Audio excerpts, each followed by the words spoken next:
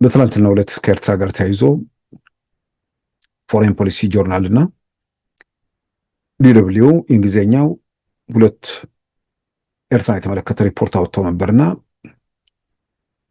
ያ ሪፖርት በዜናም በእንትንም ተመልክቼው ስለነበር የኤርትራ መንግስት ደጋፊዎች አካባቢ አስቆጥቷቸዋል። እርግጥ ነው የሚያስቆጣም ነው። ራሱ ዲደብሊው እና ፎሬን ፖሊሲ ጆርናል ላይ ሲወጣም የኤርትራ መንግስት ተቆጥቷል። በኤምባሲው በኩል መግለጫ ስለወጣ ማለት ነው። እዛ ውስጥ የሚዘረዘሩ ዝባንዚንኪው ምናምን አይደለም ያበሳጫቸው። ከፕሬዚዳንት ኢሳያስ በኋላ ያለው ሁኔታ ሀገሩ ይታወካል የሚለው አናዷቸዋል ወይ ደግሞ አሳስቧቸዋል። ካሳሰበ ጥሩ ነው። ያሳስበው አካል መፍትሄ ፍለጋ ውስጥ ይገባል ማለት ነው። ኤርትራ በቀጠናው የተረጋጋች ሀገር መሆኗን አንስተው በቀይ ባህር ላይ ወሳኝ ቦታ ላይ መገኘቷን ጠቅሰው ከሁቲ አማጽያን ከሚያስወነጭፉባት የመን ጋር ትይዩ መሆኗን ዘርዝረው አሁን ወሳኝ ቦታ ላይ ነች፣ ሰላም ላይ ያለች ሀገር ነች። ይሄ ሰላም ግን አይቀጥልም። መቀጠሉ ላይ ጥያቄ ያነሱ ተቋማት የሌሉባት ሀገር ነች። ሁሉ ነገር የሰላሙ ነገር በፕሬዝዳንት ኢሳያስ እጅ ነው። ስልጣን እዛ ሀገር ውስጥ እንዴት ሰው እንደሚተካካ ወይ ደግሞ እሳቸው የሚተካ ሰው ማን እንደሆነ አይታወቅም። ስለዚህ ከእሳቸው በኋላ ቀውስ በዛች ሀገር እንደሚፈጠር ተንትነዋል።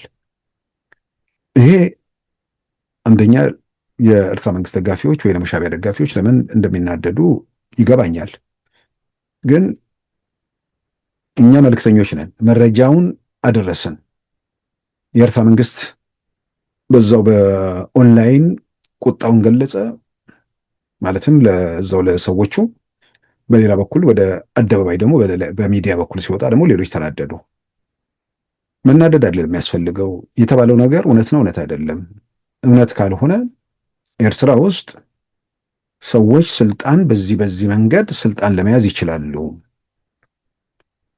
ስልጣን ርክክቡን በተመለከተ ፕሬዝዳንቱ ባይኖር ፕሬዝዳንቱን ተክቶ ማን ነው መሪ የሚሆነው? ፕሬዝዳንቱ የስልጣን ዘመናቸው መቼ ነው የሚያበቃው? መቼ ነው የሚያበቃው? ኤርትራ የምትባል ሀገር ከተፈጠረችበት ማለትም ነጻ ወጥታ ሀገር በዩኤን ከተመዘገበችበት ጊዜ ጀምሮ ከመመዝገቧም 2 ዓመት ቀደም ብሎ ጀምሮ ኤርትራ የምትባል ሀገርና ፕሬዝዳንት ኢሳያስ አንድ ላይ ነው ተጣጥሞ ሁለቱ አንድ ናቸው። ለይቶ ማየት የሚቻል ነገር አይደለም። ስለዚህ ሰው ናቸው። ሰው ተሰባሪ ነው። በዚህ ላይ ደግሞ የእድሜ ጉዳይ አለ። 80 ተሻግረዋል። ህግ በሌለበት ተቋማት በሌሉበት ሀገር ውስጥ የስልጣን ሽግግር ለማድረግ የሚቻልበት ምልክት በማይታይበት ሌላው ቀርቶ በህግ ስልጣን ሽግግር ማን እንደሚያደርግ እንኳን እየታወቀ እንኳን አንዳንዴ በታዳጊ ሀገሮች ቀውስ ይፈጠራል። ኢትዮጵያ ጥሩ ምሳሌ ነች ለዚህ። አቶ መለስ ያረፉ ጊዜ የነበረው ውጥንቅጥ አሁን ሰዎች ወደኋላ ላያስታውሱ ይችላሉ። ነሐሴ 15 ማረፋቸው በመንግስት መገናኛ ብዙሃን ከተገለጸ በኋላ ፓርላማው በሚቀጥለው ቀን አስቸኳይ ስብሰባ ጠራና ጠቅላይ ሚኒስትር ለመሰየም ማለት ነው። ከዛ በኋላ ስብሰባው ተበተነ።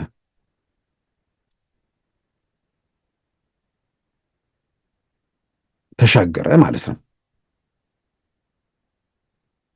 ለምን ተሻገረ? እንዴት ተሻገረ? አልተሰማም በወቅቱ። እየቆየ እየዋለ እያደረ ሲመጣ ስብሰባው ላይ ፓርላማ ስብሰባ ላይ ጭምር እና አቶ ስብሃት ነጋ ጭምር ገቡ። እየተጓተተ መጨረሻ ላይ መስከረም ላይ ፓርላማው ሲሰበሰብ ይሰየማል ተባለ። አስቸኳይ ፓርላማው ተጠርቶ ነበር። የፓርላማው የሥራ ዘመን አብቅቶ ማለት የሥራ ዘመን ሳይሆን የሥራ ዓመቱ አብቅቶ ከልጅ ያሉበት ተጠርተው ነበር ስብሰባ የተቀመጡት። እዛ ስብሰባ ላይ ጠቅላይ ሚኒስትር መሰየም አይቻልም በሚል ውዝግብ ተነስቶ ሳይሰየም ቀረና ምክንያት የተሰጡት ምንድነው? ጠቅላይ ሚኒስትሩ ሳይቀበሩ እንዲህ አይነት የተለያዩ ምክንያቶች ተሰጡ። በኋላ በአደባባይ መግለጫ ምንድነው ፓርላማው በአዲሱ ዓመት በ2013 መስከረም ላይ ስራ ሲጀምር ይሰጥን ይላሉ ተባለ። በመሃል ላይ ደግሞ ሄዱና ምን እንደተፈጠረ አይታወቅም። ፓርላማው ሊሰበሰብ ስራ ዘመኑን ለመጀመር 10 ነው 20 ምናምን ቀን ሲቀረው ድንገት ፓርላማው እንዲሰበሰብ ተደረገና ደግሞ ጠቅላይ ሚኒስትር ኃይለማርያም ተመረጡ። ይሄን የማነሳው በህግ ማን ምክትል ማን እከሌ ቢሞት እከሌን ማን ይተኳል የሚለው በግልጽ በተቀመጠበት ህግ ባለበት ሁኔታ ውስጥ የሚፈጠሩ ክፍተቶች አሉ። በነገራችን ላይ የኢትዮጵያ የህግ ባለሙያዎች ብዙ ጊዜ የሚያነሱት ነው። ከዚህ ቀደምም አንስተውናል በየመድረኩ ኢትዮጵያ ውስጥ ምክትል ጠቅላይ ሚኒስትሩ በሌለበት ምክትል ጠቅላይ ሚኒስትሩ ስልጣኑ ቢለቅ ለምሳሌ አቶ መለስ እንደሞቱት የዛን ጊዜ ማን ነው ሀገሪቱን የሚመራው የሚል ክርክር ተነስቶ ነበር። አስታውሳለሁ አቶ መለስ አርፈዋል ወይስ አላረፉም በሚል አቶ ስብሃት ነጋን ቃለ ምልልስ አድርጌላቸው ነበር። በነገራችን ላይ ለሚዲያ ብዙ ጊዜ እንትን አይሉም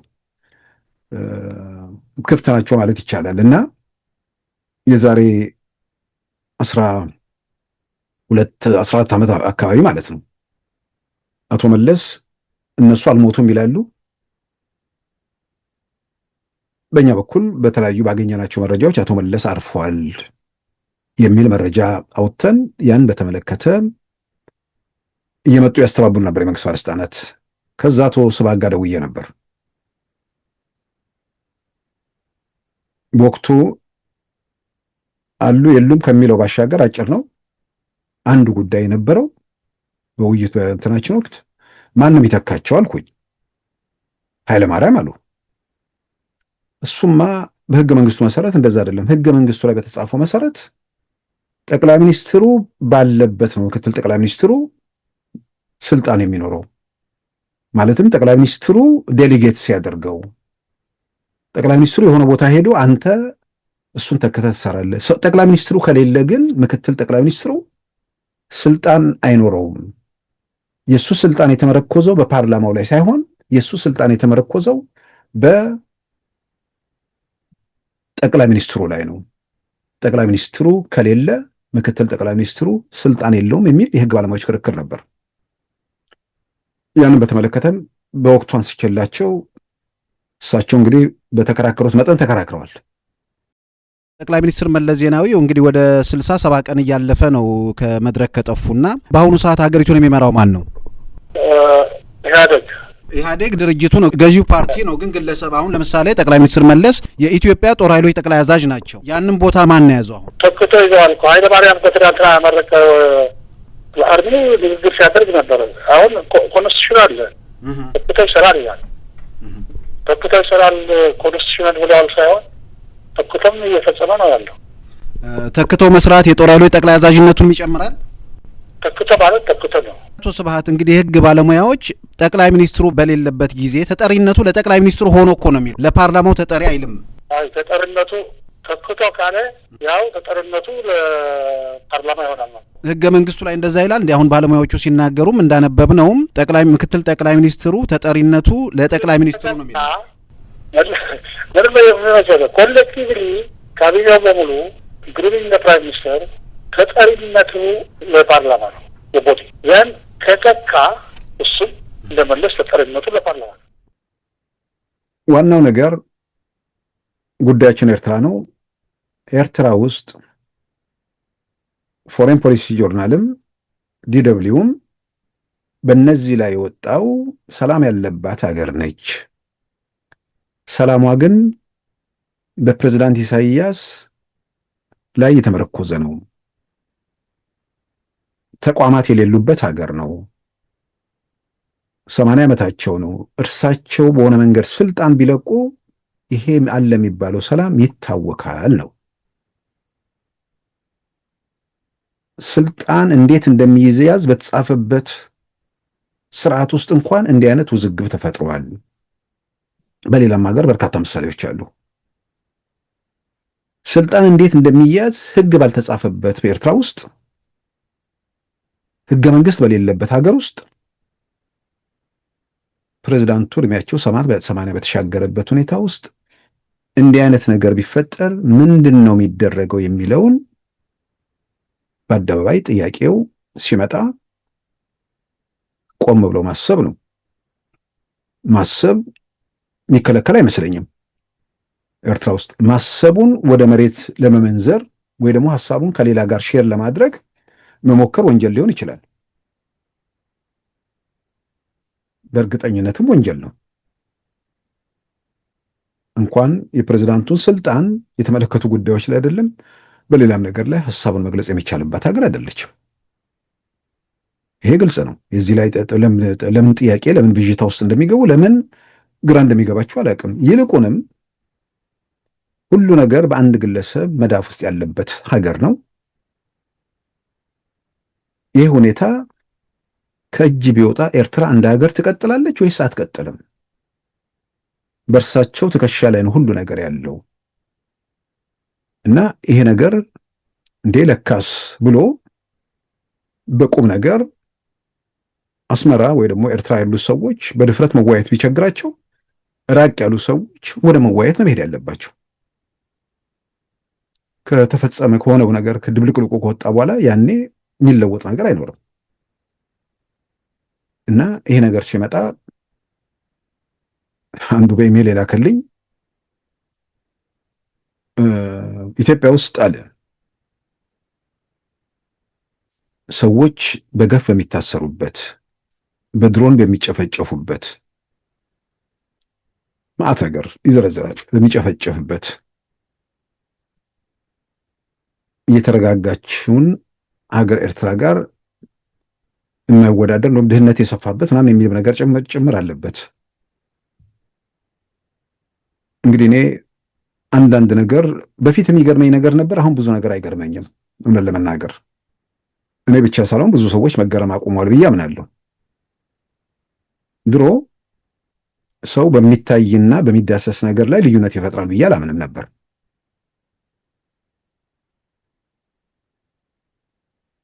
እርግጥ ነው ያኔም አንዳንዴ ግራ ይገባን ነበር። አጠገባችን ስላልነበሩ ብዙ ላይ ገርም ይችል ነበር። ከቲፒኤልኤፍ ጋር በተያዘ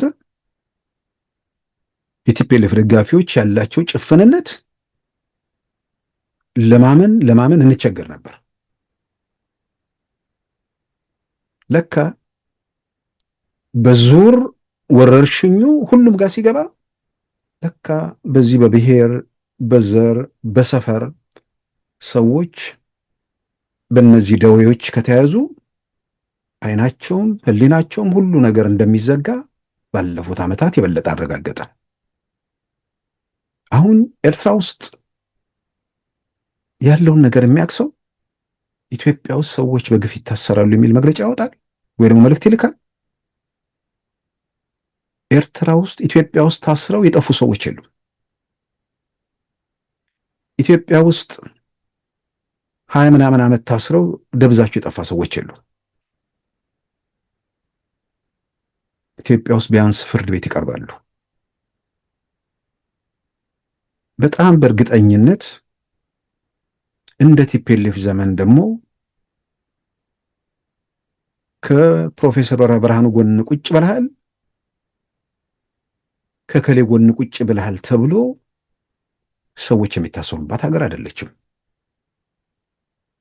ማስረጃ ስላለኝ ነው። እነ ፕሮፌሰር መረራ ከብራሰልስ ሲመለሱ ካቴና ተገብቶላቸው ወህኒ የወረዱት ብራስልስ ላይ የአውሮፓ ህብረት ስብሰባ ላይ ከፕሮፌሰር ብርሃኑ ነጋ ጎን ቁጭ ብለሃል ነው። ፕሮፌሰር ብርሃኑ ነጋ የዛን ጊዜ አሸባሪ ተብለው ስለተፈረጁ በጣም በእርግጠኝነት እንዲህ አይነት የነውር ጥግ የሆነ ሰዎች በወንጀል የሚፈምትን የሚሉበት ነገር ኢትዮጵያ ውስጥ የለም። በእርግጠኝነትም 20 ምናምን ዓመት ደግሞ የታሰሩ ሰዎች ኢትዮጵያ ውስጥ የለው። ይህንን የሚጽፍ ሰው እነዚህ ሰዎች ከምሬ ነው የምለው በኢትዮጵያም በኤርትራም በተለይ በሁለቱ ሀገራት ከዛም አልፎ በአካባቢው የተረጋጋ ሁኔታ እንዲመጣ ነው በኃላፊነት ስሜት መንቀሳቀስ የሚያስፈልገው። ሰዎች ጨፍነው መፍትሄ መፈለግ የለባቸውም። አይናቸውን መግለጥ አለባቸው። ህሊናቸውን መፍታት አለባቸው። የኤርትራ የውጭ ጉዳይ ሚኒስትር አቶ ኃይሌ ወልደተንሳይ፣ የኤርትራ መከላከያ ሚኒስትር የነበሩት አቶ ጴጥሮስ ሰለሞን ጨምሮ ጋዜጠኞች እና ሌሎች ላለፉት ከ2000 ዓመተ ምህረት ጀምሮ ላለፉት 26 ዓመታት የት ነው ያሉት? ፍርድ ቤት ቀርበዋል? ያሉበት ቦታ ይታወቃል? የአየር ኃይል አዛዡ ጭምር ማለት ነው። የት ነው ያሉት? እስር ቤት ከፊሉ አልሞቱም? ከፊሉ እስር ቤት አይናቸውን አላጡም? ከዛ የወጣው ያመለጠው ጠባቂ በአልጀዚራ ላይ ያወጣውን ነገር እኛ እዚህ ሪፖርት አላደረግንም? ስለ ህግ የበላይነት ኤርትራ ውስጥ ኤርትራን እንደ ምሳሌ ሰው ሊያነሳ ይችላል? የትላንት የፎሬን ፖሊሲ ሪፖርት ላይ እኮ በዓለም ላይ አፈና የነገሰባቸው ሀገራት የመጨረሻው የምትበልጠው ኤርትራ የምትበልጥ አንድ ብቸኛ ሀገር ሰሜን ኮሪያ ብቻ ነች። እኔ አይደለም ብለው የፎሬን ፖሊሲ ጆርናል ላይ እየጠቀስኩ ነው። ስለ ህግ የበላይነት ህግ በሌለበት ሀገር፣ ፍርድ ቤት በሌለበት ሀገር ስለ ህግ የበላይነት ሰው ያወራል እንዴ? ከኢትዮጵያ ጋር በዚህ ነገር መወዳደር ይቻላል እንዴ? አሁን አይደለም ከቲፒኤልኤፍ ዘመን ጋር ከነበረው ጋር መወዳደር አይቻልም። 26 ዓመት እኮ እነዚህ ሰዎች እኮ ወንጀል አልፈጸሙም፣ ወንጀል ፈጽመዋል እያልኩ አይደለም። ሰዎች ፍርድ ቤት መቅረብ አለባቸው። ሌላው ቀርቶ በቃ ምህረትም ይገባል ለሰው ልጅ። በዚህ ደረጃ ስለ ኤርትራ ነጻነት እንትን እያሉ ነው ደግሞ አንዳንዶቹ። እነዚህ ሰዎች ለኤርትራ ነጻነት እኮ የታገሉ ሰዎች ናቸው አይደል እንዴ? ለኤርትራ ነጻነት ታግለው ከፕሬዝዳንት ኢሳያስ ጋር የስልጣን ፍትጊያ ውስጥ ሲገቡ 26 ዓመት አድራሻው በማይታወቅ ቦታ ውስጥ ቬንቲሌተር በሌለው በረሃ ውስጥ ተጥለው እየተሰቃዩ ነው። ይሄ ያለበት ሀገር ሰው ስለ ኢትዮጵያ ያወራል? ኢትዮጵያ ለጥያቄ ያነሳል? ሰዎች አይናቸው መግለጽ ነው ያለባቸው።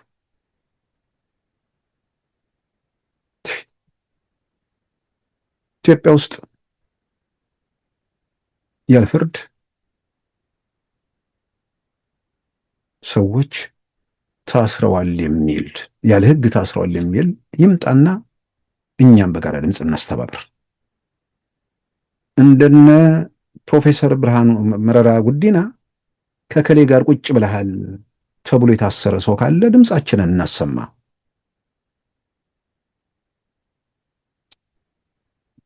ማነጻጸሪያው ደግሞ ፕሬዝዳንቱ ላይ ልዩነት የፈጠሩ ወይ ደግሞ ከፕሬዝዳንቱ ጋር ቅራኔ ውስጥ የገቡ ሰዎች አድራሻቸው ጠፍቶ 26 ዓመት ከምድር በታች ሲታሰሩ ኢትዮጵያ ውስጥ የፖለቲካ ልዩነት የፈጠሩ ሰዎች ከጠቅላይ ሚኒስትሩ ጋር እኩል ጀምረው የፖለቲካ ልዩነት የፈጠሩት በሰላም ነው ከሂደቱ የወጡት። አቶ ለማ ምንድነው ህብረ ብሔር ድርጅት ገና ነው፣ ስለዚህ እንደ ኦሮሞ ተደራጅተን መቀጠል አለብን አሉ። የሀሳብ ልዩነት ተፈጠረ። ይሄንንም ልዩነታቸውን በአደባባይ ተናገሩ። የታሰረም ወይ ደግሞ ሌላ ነገር የተደረገ የለም። አቶ ገዱ አንዳርጋቸው ጠቅላይ ሚኒስትር አብይንን ከስልጣን ለመገልበጥ እንቅስቃሴ ማድረጋቸውን በአደባባይ አመኑ። ሊገለብጠው የተንቀሳቀሰን ሰው ማክሲመም የተደረገው ነገር ከስልጣን ማባረር ነው። ፓርላማ ወንበራቸውን እንኳን አላጡም። በልዩነት ሰዎች ምድር ውስጥ ተቀብረው ያሉበትን ሀገርና በልዩነት በነጻነት የሚንቀሳቀሱባትን ኢትዮጵያ ሰዎች አላስፈላጊ ንጽጽር ውስጥ መግባት ጥሩ አይደለም።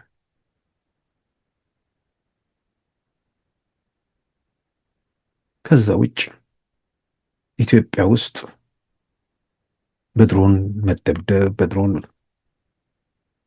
እሱን አንዳንዴ ስንት ጊዜ እንደምንናገር ግራ ይገባኛል። ያመፀብህ ኃይል ካለ በክላሽ ስለተኮሰ በክላሽ አትመታው። ዘመኑ ቴክኖሎጂው ፈቅዶ የወታደርህን በትንሽ በትልቁ መሞት ስለሌለበት ሀገር ሊጠብቅ ሀገር ሊያጸና የገባ ወታደር በየትንንሹ በየሸለቆ ሄዶ ማለቅ ስለሌለበት ያንን ለመከላከል አስፈላጊ የሆነውን ያለውን ኃይል ሁሉ ይጠቀማል። ያ የሚወስደው እርምጃ ሰላማውያን ንጹሐን ላይ እንዳይፈጸም ማክሲመም የሆነ ጥንቃቄ ማድረግ አለበት። ከምንም በላይ እንዲህ አይነት ሁኔታ ውስጥ እንዳይገባ ጥያቄው ግን መንግስት ማስተናገድ አለበት። ጥያቄያቸው ምንድን ነው? የቢሊዮን ብር ጥያቄ ሆኖ ቀጥሏል። የማይታወቀው ጥያቄ ማለት ነው። ምንድን ነው ጥያቄያቸው? የሸኔ ጥያቄ ምንድን ነው? የፋኖ ጥያቄ ምንድን ነው? የቲፒኤልኤፍ ጥያቄ ምንድን ነው? ወዘተርፈ።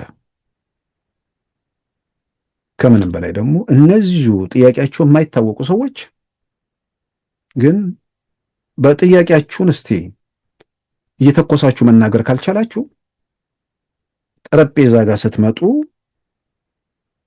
ማውራት ከቻላችሁ እንነጋገር የሚል ነገር ደግሞ በአደባባይ ጥሪ የሚያቀርብ መንግስት ነው። እንነጋገር እያለ ነው። እንነጋገር ከማለት በላይ ምንድን ነው አንድ መንግስት ማድረግ ያለበት?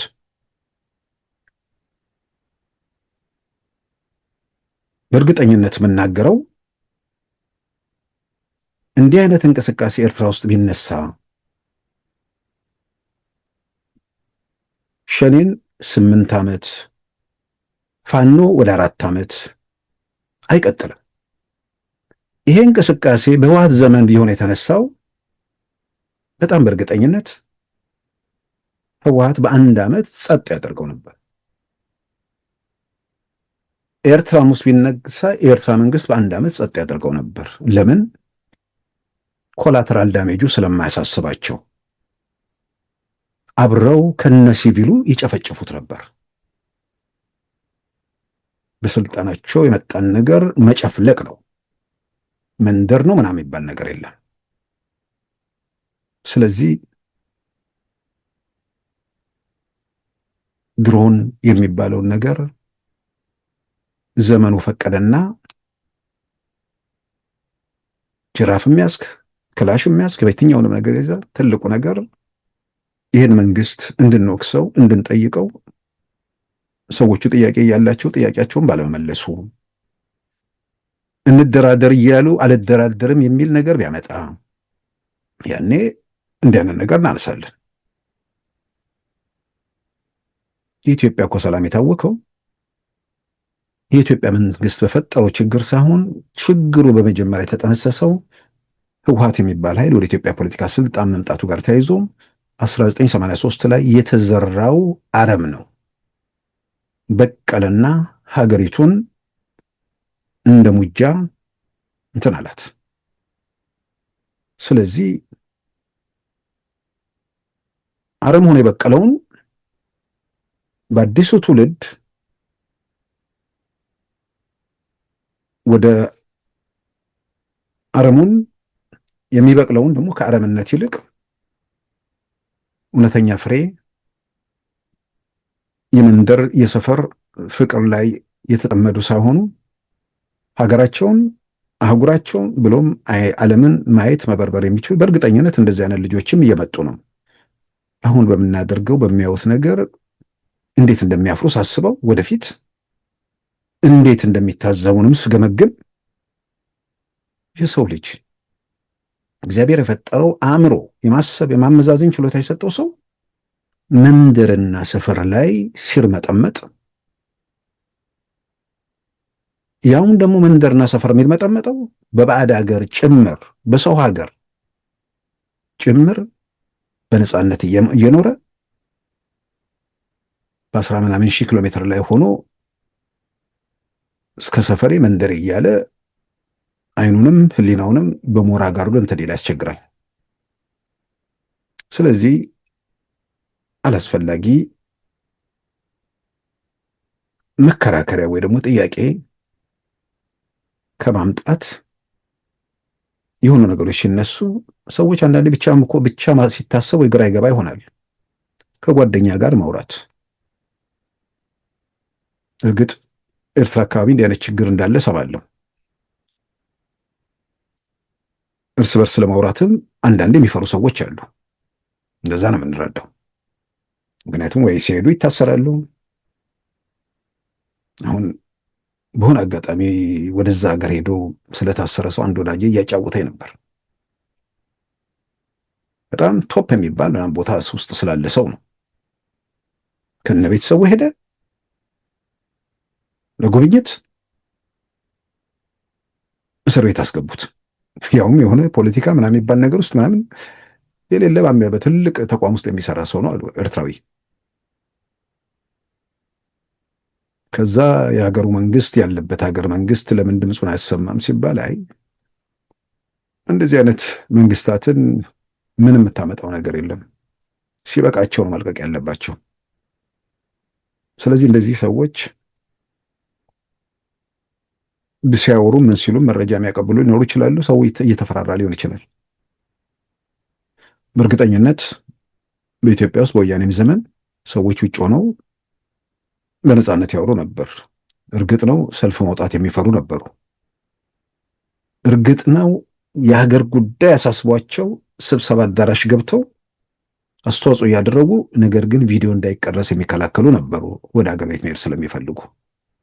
ነገር ግን አወራ ምናምን ተብሎ ያኔም ቢሆን በዚህ ደረጃ እንትን የለም። እርግጥ ነው አክቲቭ የሆኑ ሰዎች ቤተሰብ ድረስ ይሄዳሉ። ሰዎቹ ምንም በሚዲያ ውስጥ ወይም በሌላ ምናምን ሳይኖሩ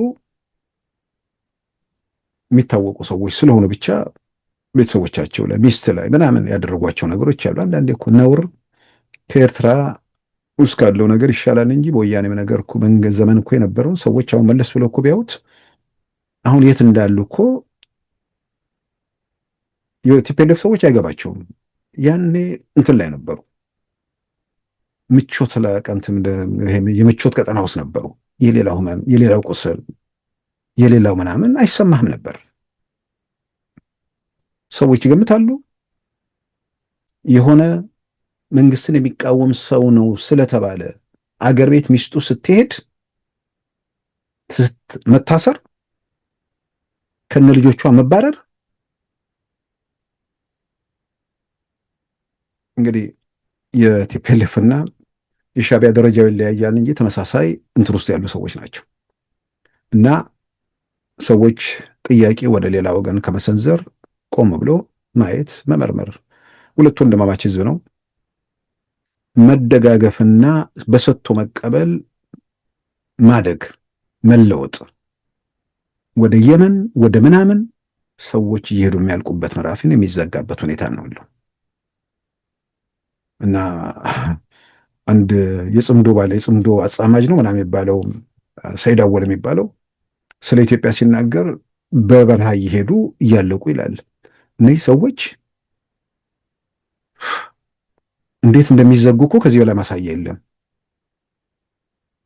ከኤርትራ በላይ ሀገር ለቆ የተሰደደ በዓለም ላይ አለ።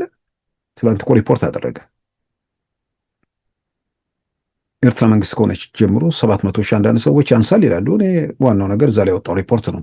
በስደተኛው ጉዳይ ላይ ጥናት የሚያጠና አካል ነው። 700 ሺህ ኤርትራን ሀገራቸውን ለቀዋል።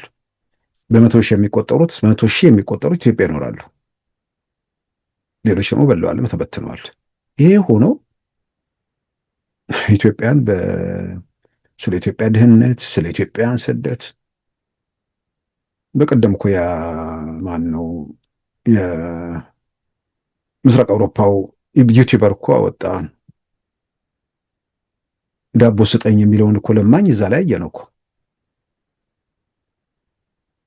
ያን ያህል እንትን ነው እያልኩ አይደለም፣ ግን ኢትዮጵያ ውስጥ ዳቦ ስጠኝ የሚሉ ሰዎች ጎዳና ላይ ሳንቲም ፍለጋ ካልሆነ ብለው በይፋ ግልጽ የተነገረ ነው። ኢትዮጵያ ውስጥ ሰዎች አይራቡም። መመገቢያ አዳራሽ ሄደው መመገቢያ ተቋማት አሉ፣ ሄደው ይበላሉ።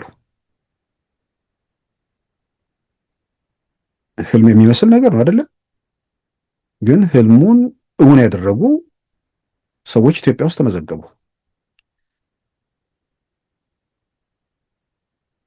ይህን እውን ካደረጉት የአዲስ አበባ መስተዳድር ከንቲባ በአደባባይ ወደ ጎዳና ምግብ ፍለጋ የሚያስወጣ ነገር የለም። ይህንን ያሉት ትክክል ካልሆነ ምግብ ፈልጌ ጠይቄ ለመብላት ሄጄ ተከለከልኩ የሚል ሰው ካለ እኛም ድምጻችን እናስተባብራለን። ሲያስቡት እኮ በቀደሙት ጊዜያት እኮ ተአምር የሚመስሉ ነገሮች ናቸው አይደል? ኢትዮጵያ ውስጥ ስለ ኢትዮጵያ ድህነት አንዳንድ የሻዕቢያ ደጋፊዎች አታውሩ። ኢትዮጵያ ውስጥ ልጆች ትምህርት ቤት መንግስት ልብስ ይገዛላቸዋል፣ መንግስት ቀለብ ይሰፍርላቸዋል፣ ቁርስና ምሳ ይበላሉ። ያለችው ኢትዮጵያችን ነች። ጠቅላይ ሚኒስትር አብይ ከመጡ በኋላ ነው ያየ ነው እሳት እየነደደ ዘረኛው ከየአቅጣጫው እየተኮሰ ሀገር እየተለበለበ በአንድ እጅ ማጨድ በአንድ እጅ ዲሞፍተር ተይዞ ስራ እየተሰራ ነው እና ሰዎች ከሆነ ሰርክል ወጣ ብለው ምን እየተካሄደ ነው ብለው በቋሚ በብሶትና በጩኸት ያለውን የዩቲዩብና የፌስቡክ ነገር ወጣ ብለው ምን እየተከናወነ ነው በኢትዮጵያ በቀጠናው በዓለም ላይ እንደሱ እያሉ ነገሮችን ማየት መመርመሩ መፈተሹ ይጠቅማል። ትልቁ ነገር ሁለት ጎረቤት ወንድም የሆነ ህዝብ ነው። በፖለቲካ መሪዎች ስልጣንን ለስልጣን ብቻ ተግባር ላይ በሚያውሉ ሰዎች በሚፈጠር ችግር ሁል ጊዜም በጠላትነት እየተያዩ እየተቆራቆሱ በጠላትነት እየተወነጃጀሉ መቀጠል የሚጠቅም ነገር አይደለም። ስለዚህ ቆም ብሎ የትኛውም ኢትዮጵያዊም ኤርትራዊም በውጭም በአገር ቤትም ያለው ከዚህ አዙሪት ውስጥ እንዴት እንውጣ? በኢትዮጵያና በኤርትራ መካከል የሚያወዛግቡ ጉዳዮች ምንድን ናቸው? ኢትዮጵያ ምን ትፈልጋለች? ኤርትራ ምን ትፈልጋለች? አንድኛው ለሌላው መስጠት የሚያጣው ነገር አለ ወይ? ዘላቂ ሰላም የሚረጋገጠው እንዴት ነው? እዚህ ላይ ጊዜ ወስዶ ማሰብ ለመፍትሄ መንቀሳቀስ ጠቃሚ ነው ብዬ አምናለሁ።